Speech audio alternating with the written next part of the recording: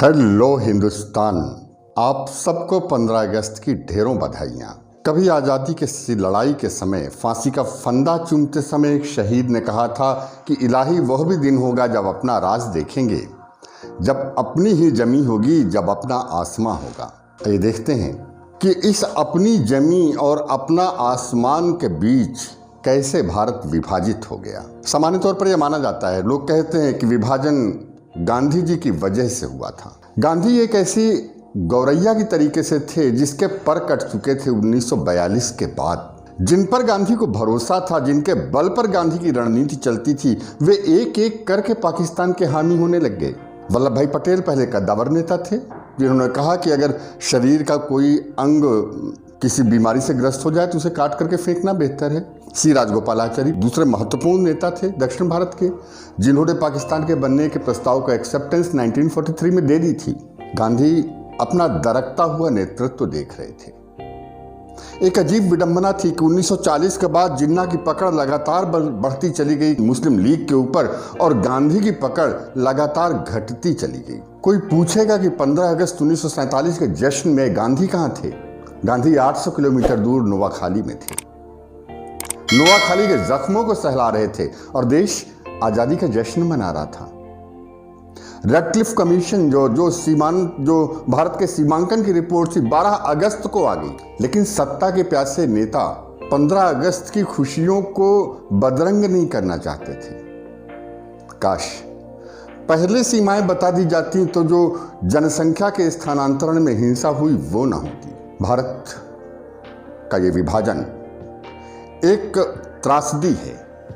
त्रासदी इसलिए कि सिर्फ 7 साल के भीतर एक आदमी ने एक देश बना लिया, और वो आदमी जो 1915 से लेकर के 27 तक लगातार हिंदू मुस्लिम एकता की बातें किया करता था। आज भी अगर पूछा जाए, न हिंदुओं ने चाहा कि विभाजन हो, न मुसलमानों ने चाहा कि विभाजन हो, न सिखों ने चाहा, न दलितों ने चाहा, न महिलाओं ने चाहा, फिर विभाजन कैसे हो गया?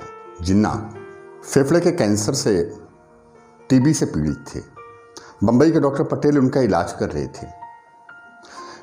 क्या नेतृत्व ये नहीं देख पा रहा था कि ये बेहद दुबला पतला होता जा रहा आदमी चेन स्मोकर है? एंड द डे कोई वक्त आएगा कि इसे बड़ी परेशानी का सामना करना पड़ेगा। गांधी का प्रस्ताव कि जिन्ना को प्रधानमंत्री बना दो किसके गले नहीं उतरा। गांधी का ब्रह्मास्त्र था ये। काश जैसे अब तक गांधी की बात मानते आए थे, एक बार और मान लिया होता, विभाजन टाला होता। आजादी दरअसल एक समुद्र मंथन थी। इस समुद्र मंथन से अमृत में हमने आजादी पाई, जहर में हमने विभाजन पाया, लेकिन सूरा भी आई थी और उसका प्रभाव तो तुरंत ही आ गया। आज कुछ पूछता है 15 अगस्त कि जिन लोगों ने इस आज़ादी के लिए अपना जीवन उत्सर्ग किया, उनका नाम कहाँ था? चंद्रशेखर आज़ाद की माँ कोदो और सामा खा करके इस समय अपना जीवन व्यतीत कर रही थी, अंधी हो गई थी बेटे के इंतजार में। रामप्रसाद बिस्मिल का परिवार बिखर गया था, ठाकुर रोशन सिंह का परिवार बिखर गया था, खुदीराम बोस का परिवार बिखर गया था। किसी ने पूछा उनके बारे में? किसी ने कोई सहायता की उसके बाद? नहीं। सत्ता की वारुणी, सत्ता का नशा बहुत जल्द चढ़ने लग गया था। गांधी नोआखाली में थे, किसी ने आग्रह भी नहीं किया। आपको मैं बताऊं कि जगजीवन राम जी इकलौते ऐसे व्यक्ति थे मंत्री बनने के बाद जो गांधी जी के पास आशीर्वाद लेने पहुंचे थे। विभाजन टल नहीं सकता था। आजादी की बात कुछ सालों के लिए टाली नहीं जा सकती थी। क्या आजादी इतनी महत्वपूर्ण हो गई थी कि हमने विभाजन स्वीकार कर लिया? क्या वाकई हालात वो हो गए थे? हाँ, इतिहास के विद्यार्थी की दृष्टि से मैं कहूं तो कांग्रेस के नेतृत्व को यह फैसला लेना था कि वे आज़ादी ले लें या एक गृहयुद्ध का सामना करने के लिए तैयार हो जाएं। क्यों डर गए थे? गांधी जैसा सेनापति था ना साथ में। जहां सबसे ज्यादा रक्तपात की उम्मीद थी, आज़ादी के बाद बंगाल एक बूंद खून नहीं गिरी, और जहां माउंटबेटन सोच रहे थे कि सबसे शांति से स्थानांतरण होगा पंजाब, वहां खून की नदियां बह गईं। काश गांधी के प्रभाव को कमतर करके आंका न गया होता। काश हम गांधी के सिद्धांतों पर चलने की कोशिश कर रहे होते। मैं इस गांधी व्यक्ति की बात नहीं कर रहा हूं। दरअसल गांधी हिंदुस्तान में गौतम बुद्ध से लेकर के और तिलक तक जितनी भी परंपराएं थी, सांस्कृतिक परंपराएं, उन सब का महत्तम समापवर्तक थे महात्मा गांधी। शायद तभी 20 सालों तक वे जननायक के तौर पर शासन करते रहे। हिंदुस्तान पर कांग्रेस के द्वारा आज़ादी मिली हमें, लेकिन आज़ादी के बाद जिस नए भारत की संकल्पना थी उसमें उन नामों को क्यों भुला दिया गया जिनका बेहद अहम रोल था। सरदार भगत सिंह जी, सुभाष चंद्र बोस जी, उधम सिंह जी, मदन लाल धिंगरा जी, क्यों इनके इतिहास को क्रांतिकारी आतंकवादी कहकर के परिभाषित किया जाता रहा। आज वक्त है ये देखने का कि वाकई आज़ादी के साथ मिलने वाले विभाजन के लिए गांधी जिम्मेदार थे। क्या वाकई इसके लिए सिर्फ और सिर्फ जिन्ना जिम्मेदार था? मैंने बताया जिन्ना मुस्लिम लीग के एक छत्र तानाशाह था, और यदि जिन्ना को मना लिया जाता किसी वजह से तो विभाजन टाला जा सकता था। और फिर इतने बड़े मुल्क में जहां क्रांतिकारी आंदोलनों की एक परंपरा थी, एक गोली नहीं चली जिन्ना के नाम पर। अच्छे कार्य के लिए तो बलिदान किया जा सकता था ना।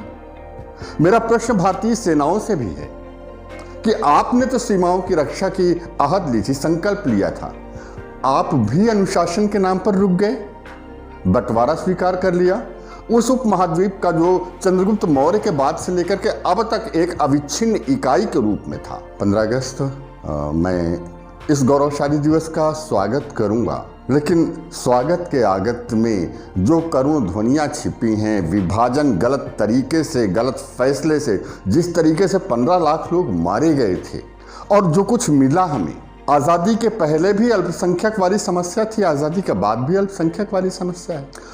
पाकिस्तान किनके वोटों पर बना था? वे जो हिंदी स्पीकिंग बेल्ट में रहते हैं, वे जो आज हिंदुस्तान में हैं, उनके वोटों ने ताकत दी मुस्लिम लीग को कि वो बार्गेन कर सके। कांग्रेस में भी कोई ऐसा वर्ग नहीं उभर करके आया जो पूरी प्रखरता से जिन्ना के सामने खड़ा होता और डू और डाई की बात करता।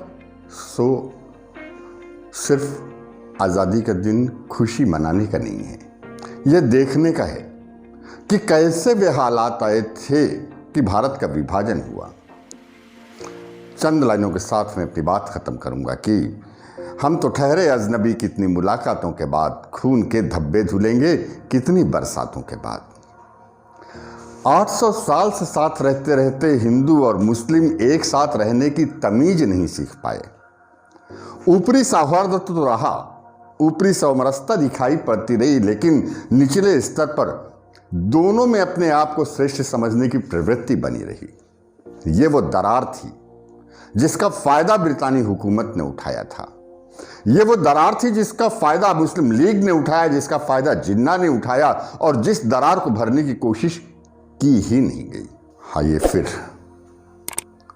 हर दिन एक नई चुनौती का सामना करने का होता है, और आज 15 अगस्त के दिन जिस तरह हम चारों तरफ से अपने शत्रुओं को मंडराता हुआ देख रहे हैं, हमें याद रखना होगा कि उसमें से कम 2 शत्रु 15 अगस्त 1947 के दिन पैदा किए गए थे, जो आज भारत का स्थायी सरदर्द बन गए हैं। सोचिए और अपने विचारों को बढ़ाइए। मैं अंत कर रहा हूं कुछ पंक्तियों के साथ कि केवल हंगामा खड़ा करना मेरा मकसद नहीं, केवल हंगामा खड़ा करना मेरा मकसद नहीं। चाहता हूं मैं कि ये सूरत बदलनी चाहिए।